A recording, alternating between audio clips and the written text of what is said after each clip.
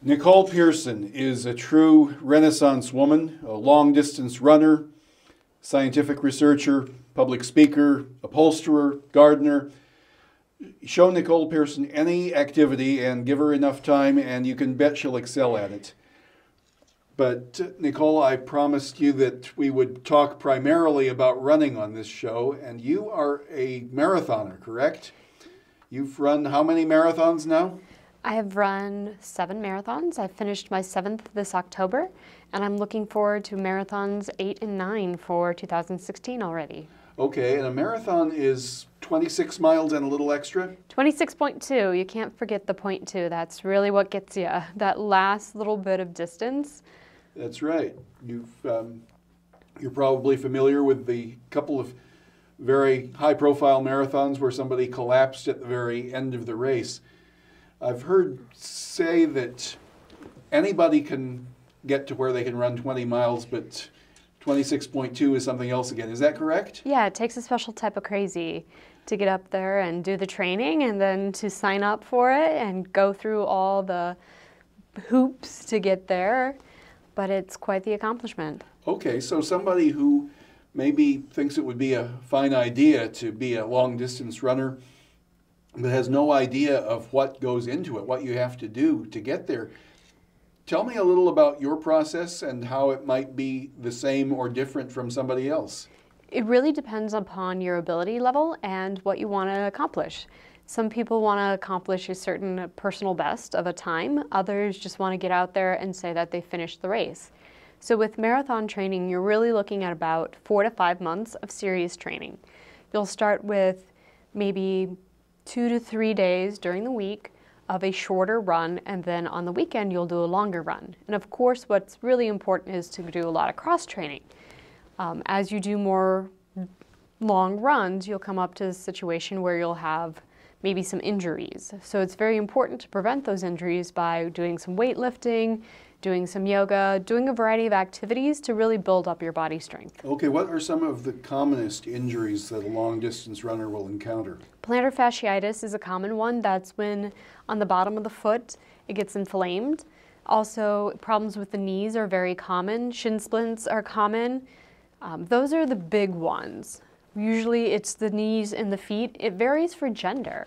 Women are more prone to have problems with their knees, and men are more prone to have problems with other areas of their body based on the very simple biomechanics of a man versus a woman's body. Okay, and how do you prevent these injuries? Stretch, train, cross-train, and also to make sure that you're eating right. One of the major components of exercise is to also take a look at what you're eating so that you're getting the proper nutrition to prevent those types of injuries. Okay, and what type of crazy does it require to be a marathon runner? You said it takes a special kind of crazy. How special is it? Very special, because most people like the idea of running a marathon, but it takes about 4 to 5 months of very intensive and serious training. And it means getting up very early in the morning, because when you do a long run, it can take you anywhere from 3 to 4 hours. And 3 to 4 hours is usually for maybe 16 to 20 miles. It really depends upon your abilities, but you also may be running in very poor weather conditions. So you're running in rain, you're running in heat and humidity, you're running in snow, you're running with ice. So you're coming up with a lot of different challenges. Okay. What got you into running in the first place? Have you always been a runner, or did you come upon it later in life? I came upon running very later in life. Initially, I had spent most of my time in high school coming up with very creative ways to get out of physical education. It wasn't until I had finished my master's program and I had graduated during the height of the recession that I realized I needed something to do to take my mind off job searching. And so all of my friends were runners, and instead of having the goal of, let's finish this box of Oreos, it was always, let's finish this 3-mile race. So I became a runner out of a little bit of a boredom and choice of friends. Okay. And from running, you have probably developed interests in other sports, correct? Surprisingly so. I really enjoy biking. As a native Iowan, I felt like I needed to do RAGBRAI, and I've done RAGBRAI twice, and I'm looking at doing it a third time. RAGBRAI is just a tremendous experience. RAGBRAI being the Register's annual Great Bike Ride Across Iowa. Correct. I strongly encourage anybody who's considering it, even if it's for a day, to get out there and see Iowa at its best.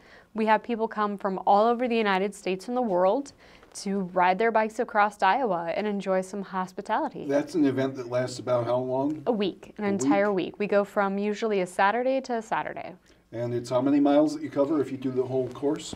It varies from year to year because course varies from year to year. So I think the shortest distance has maybe been 430 miles and the longest might have been 550 miles. Okay. So at this point, you're probably in amazing shape and nobody should tangle with you. Not quite. But is long distance running something you can keep up for a long time? Is it something that you can play all your life, do all your life, or is it something like football that has a sort of limited lifespan? No, runners, once you get the bug, you'll run till your very last day. I had the privilege of meeting a man who was in his 70s and was a marathon runner as well. And when I asked him how many marathons had he ran, he was like 149. 149. Mm-hmm. He was waiting to do his 150th with his son.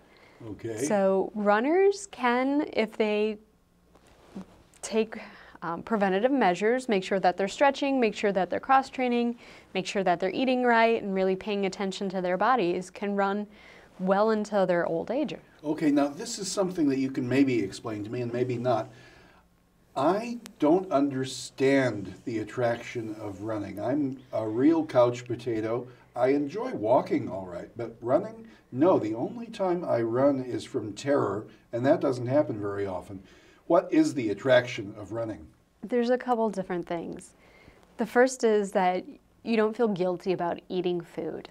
It kind of gives you permission to have that slice of cake, to have maybe some bacon in the morning and not feel so guilty about the food decisions that you make. Second, the runner's high. People talk about it. It's when you hit that period of complete and utter euphoria that it's like nothing else that you can ever compare to. And then personally for me, it's moving meditation. It's the only time that I really have to myself, and it's quiet and I'm with my thoughts. So if I have a problem, I can lace up my running shoes and come back and just be in a much better state of mind. And the runner's high, can you describe that? It doesn't sound like anything I've experienced. It's that place where you know something hurts, but you don't really feel it. It's when your feet... Oh, so it's like heroin. Almost, it's like a drug. It's very much like a drug. And it's when your breath and your feet, when you're hitting the ground, when it matches, it's just being in this perfect symphony of motion and being very calm. Well, I'll be darned. It's probably a lot cheaper than smack also. And less bad for you in the long run. The runner's high is really hard to describe, and it's something that doesn't always happen all the time. But once you experience it and hit that little high, it stays with you. It's just amazing. All right. And I've also heard of the concept of hitting the wall. What is that like? Have you ever done it? Yes. Hitting the wall is that point where you don't think that you can continue, that whatever aches or pains are there, you really feel them. It's often when your music is no longer there, or when you are at that stretch of road where you don't see anybody else around, or that period in time when you're trying for your personal best and you know that you're not going to achieve it. It's that moment of defeat, of considering Is it a psychological moment stopping. or a physical breakdown? It can be a little bit of both, but it's probably more psychological. There are instances where you really need to listen to your body and stop, but most of the time the wall is more psychological, and it's finding that ability to get beyond it. If someone has never really done any serious running at all, about how long would it take for them, do you suppose, to get up to the point where they can run that far? 26.2 miles. 4 to 5 months, they'd have 4 to to be 5 months? very And devoted. could I do it in 4 to 5 months? You'd have to be very devoted. Depending upon what your personal goals were, they have a variety of different training schedules that will take people who have never ran and gradually build them up to that point where they can complete it. Okay, in my case, I imagine it would be on the order of a full-time job, and I don't know if I would be up for that, but it's interesting to consider at any rate. Now, you are not only a runner, you have a fairly illustrious scientific career, correct? You're working for the University of Iowa in what capacity? I work as a research assistant lab manager. I've always enjoyed science. It's kind of like the last frontier. It's entering into the things that are unknown, and it's that excitement of discovery and asking questions and gathering information that really appeals to me. And which of the natural sciences holds the most appeal for you, or is there a certain amount of overlap? There must be. There is a tremendous amount of overlap, but I am definitely more interested in the biology of things, the study of life at its very core. Chemistry is important and I appreciate it, but it's not 100% where my interests lie. I've taken a lot of physics course, and that explains the world and centrifugal force. But it's not quite my area of interest. Okay. Now, would you say that there is a relationship between your running activities and your interest in sciences? Does one help the other in any way? A little bit. It makes more sense. Excuse me. That's the worst. You're going to have to stop smoking if you really want to achieve a personal best that you can be proud of. It explains the body. It goes into why women have certain injuries more than men. It explains so much about tolerance, what our bodies can handle, how they adapt, how they work together, how the slightest difference can really make an impact. Okay.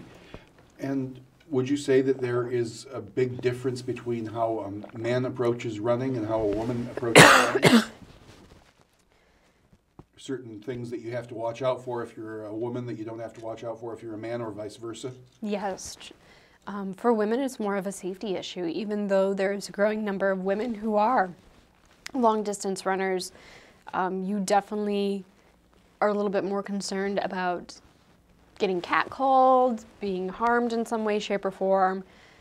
So you'll see women much more in pairs than men will. They won't think twice of it. And then another thing is just people watching for you. You know, they're not expecting them. Runners are guilty, definitely, of not wearing enough protective gear. And that's for both genders. But for women, it's more of a safety issue than anything else. And do you often run with a partner, or do you prefer to run by yourself? I prefer to run by myself just because of scheduling issues. And when you're actually competing in a marathon, do you pair up with somebody for part or all of the race and pace each other? Does it work that way, or do you pretty much go it alone then as well? It really depends on your personal preference and kind of what you feel most comfortable with. Most of the races are getting to the point where they have pacers, where they hire somebody that can get you in at a certain time, which is a really amazing thing to think that you could get hired to run a race in 5 hours. So sometimes I will run with a pacer for a bit. They tell you really great tips. They have really great motivational sayings and things to encourage you. They're incredibly knowledgeable, but at the same time, it's a little bit challenging because sometimes you'll want to hit that personal best and then you'll have to go past that pacer. And what is your personal best at this point? It's about 4:40. 4:40, and do you have ambitions to beat that, and how fast do you think you can get? I'd like to go to 4:30, but I think as I age, my time will start to increase. But I intend to outlast my competition. And so if I ever do have the opportunity to run Boston, I think it will be because I will be the only person in my age category. All right, and when you run, do you have personal competitors, people that you focus on, say, I want to beat that person? Sometimes, yes. It depends on the race. I usually will find somebody who's an older runner. They're great. They keep a great pace. And I love running with somebody who can really keep a steady pace. Every once in a while, I'll try to beat somebody, but usually not, because each person needs to run for themselves. Iowa City is full of runners and people who know about running, no question about that. I suppose, though, that if you're just starting out, anybody can find an open road to run on. But if one wants to be trained, what should be the first step? Whom should you look for to give you some tips and some training? First off, you need to be in the proper shoes. Shoes make a world of difference about how you strike the ground. So that's one of the first things that I would encourage. Find somebody that is an expert on running and running shoes. The second thing, that if you're preparing for training, Runner's World magazine is a great guide. Also, Hal Hidgens, he is one of the gurus for long distance running. He has a variety of different training schedules, but he has an entire book devoted to running. And so I really encourage people to look at those types of resources and then just talk to other runners. We love to talk about running. And are there certain type of people who should not run? I wouldn't think so. I mean, any health issues that should be taken into account that would prevent you from running, or at any rate prevent you from running great distances? I have a friend whose husband had a grand mal seizure when he was training for his marathon. And so as a result of that, he's dropped down to the half marathon distance. But he's actually a pacer since he's had his seizures. And even though he's epileptic, he takes necessary precautions and is still continuing to run. So a pacer will maybe join you for a portion of the race just to keep you at the speed you want to be at, is that it? The pacer will be there for the entire race. And it is their job, if they are a 2-hour pacer, to get you in at 2 hours. Now, what is the world's record for a marathon so far? Do you know? Not off the top of my head, but I want to say it's right at that 2-hour mark. That's the impression I have also. And it seems to me, from what I have read, that some of the fastest marathoners are East Africans. Is there a physiological reason for that? There's a tremendous amount of debate about having the certain type of runner's body, which most people think of as that typical Kenyan runner. Skinny, tall, lanky, long legs, but we just need to see other runners. I mean, one of the most famous runners, Steve Prefontaine, I believe. Steve Prefontaine, that's correct. right. He was somebody that was short, had a little bit of a limp to him, and was a tremendous runner because he was just very passionate about running. So I think the world has yet to see somebody or some person that can't run. He was a middle distance runner, I believe, was he not? I want to say yes. He was a participant in the Berlin Olympics, and he unfortunately died before he could go up to the Canadian Olympics. That's right. Was it Quebec? It was sometime in the or 1970s. He went to the Munich Olympics in 72. Yes. And then I believe the 76 Olympics were at Montreal. Yes, Montreal, that's correct. Okay. Are you going to be in the Olympics anytime? Oh, gosh, no. No, I have tremendous appreciation for those that can devote that much time and attention to achieving that goal. All right. Now let's talk a little about your career goals. You are a research assistant at the University of Iowa at this point. Do you have any vision for where you would like to be? Somewhere along the line, certain career milestones you would like to hit? Well, or are you planning to stay in the sciences? Are you planning possibly a career change at some point? I like the sciences, but I would not be opposed to a career change. I'll just wait and see kind of what happens, what direction my life will take me. There's a lot of skills that I've developed within science that are applicable to a variety of fields. And I have a tremendous interest in knowledge and the accumulation of ideas and presentation of those ideas. So we'll see where life takes me. And in the interest of full disclosure, I know a little about your presentation skills because we both belong to the same chapter of Toastmasters Club, so I've heard you speak many times. You're quite an effective public speaker. Can you tell me a little bit about your educational background, how you came to be both a scientific researcher and a fairly accomplished presenter? Thank you. Where did you grow up? Where did you go to school? All that fun stuff. I came from north central Iowa, around Mason City, Clear Lake. It's a little town of 600, and like so many people who come from small towns, you know everybody. Everybody knows everybody. And so after growing up in a small town, I wanted to go to a liberal arts college that would be focused on the sciences, but also have the opportunity to really explore other fields. And that's also where I went for public speaking. So I was a member of a competitive speech team, so that we traveled 7 out of 14 weekends in a semester. This was at what college? Wartburg and Waverly. Right, Wartburg College, Waverly, Iowa. That is, I believe, a Lutheran college? Yes, it is. It is a ELCA Lutheran college. And they have a traveling forensics team. Can you tell me a little about what that entails? So competitive speech is very different from Iowa high school speech, and the fact that you have wider categories. You have platform events, which are your typical informational speeches, persuasive speeches, extemporaneous speeches where you may talk about current events. And then you have your more interpretive events, which are poetry and prose, those types of speeches. And I was definitely much more of a platformer. So I did a lot of speeches where you'd have 30 minutes to come up with a speech topic, but also 30 minutes to research your topic. So you would get a topic about domestic policy, international, and then in the final round, if you made it past the first 2 rounds, you would get a question about economics. And you'd get 3 questions that you could choose from, and you'd have to answer one of those questions. So you'd have to come up with an argument and support that argument and give a 7-minute speech. That's what in high school we called extemporaneous speaking. Is Correct. That the Same term. thing? Okay. And you know, it's a funny thing. When I was in high school, which was way, way before you were in high school, they had it broken down as boys extemp and girls extemp. It wasn't co-ed.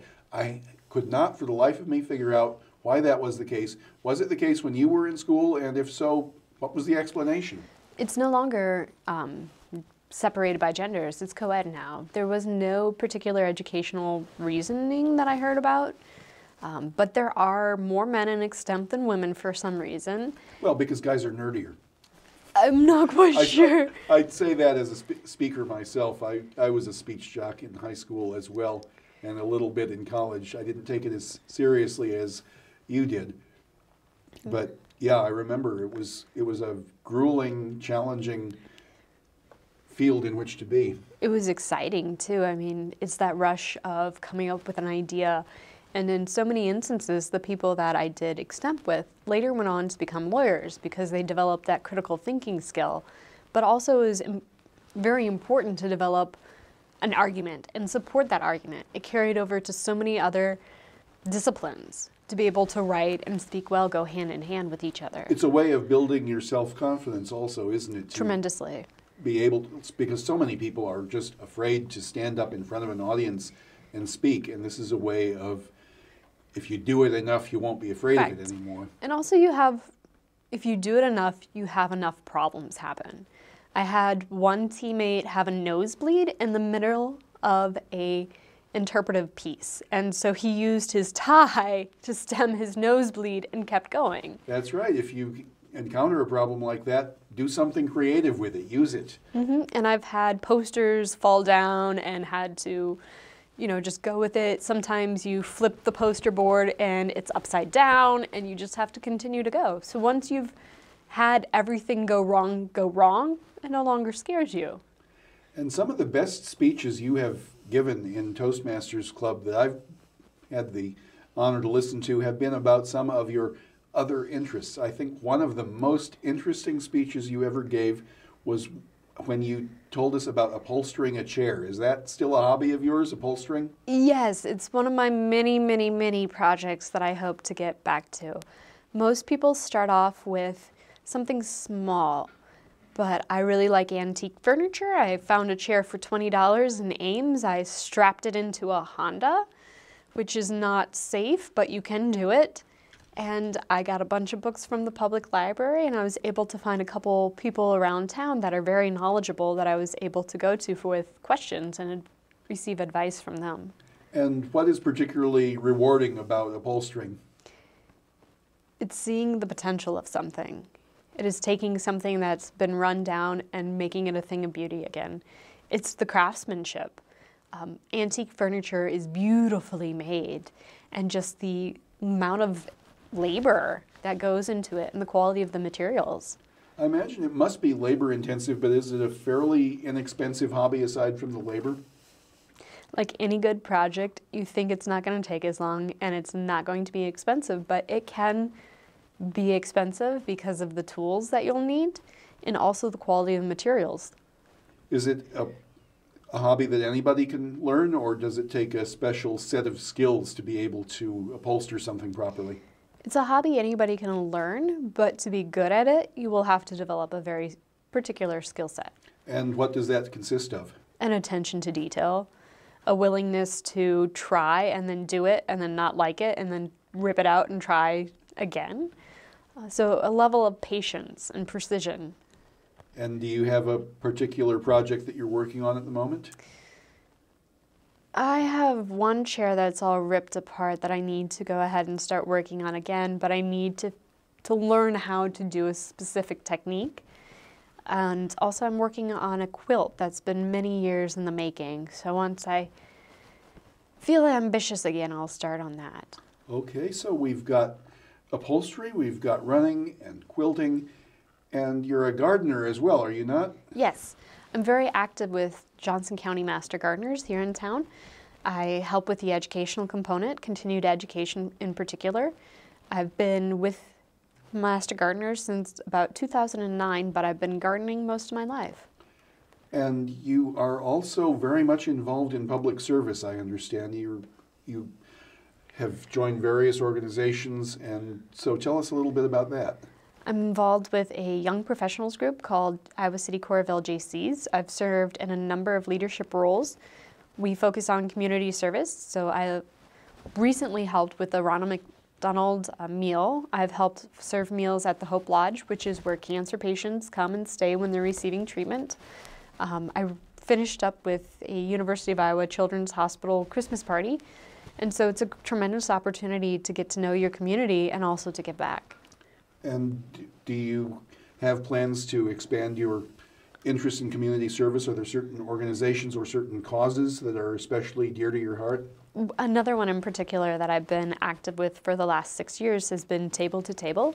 They're a food rescue organization here in Iowa City. They go around to the local businesses and collect food that would otherwise be thrown out. There's so many instances where milk that's a day past expiration or will expire in 2 days will be discarded. And yet there is such a tremendous need in our community for food that it just is really sad to think that it would go into a dumpster. One does hear that there is plenty of food around to feed everybody, but so much of it gets wasted. A tremendous amount gets wasted. So preservation, it seems to me, conservation, seems to be the common thread that runs through your interests. Preserving food, making sure that people are fed, making sure that the science is up to date so that people can know how to live better lives. Finding antique furniture that could possibly be redeemed. It sounds to me like you're actually a bit of a, if we had to boil you down, you'd be a rescuer. You do that with cats also. You've got a couple of rescue cats, is that correct? Correct. I'm a soft touch. I have a weakness for cats and dogs, anything with a wet nose and whiskers. So recently I found a stray kitten, and now we have a new addition to the household. Okay, tell me about the kitten. I was fortunate when I was cleaning up the garden to find this little lost kitten without his mama cat anywhere around or his litter mates. And I wasn't anticipating getting a kitten, and a week later, He was yours. Pretty much. That's great, and that's a great little story to end the show on. Thank you very, very much, Nicole Pearson, for being on this show, and best of luck to you in all your endeavors, and thank you all. Thank you.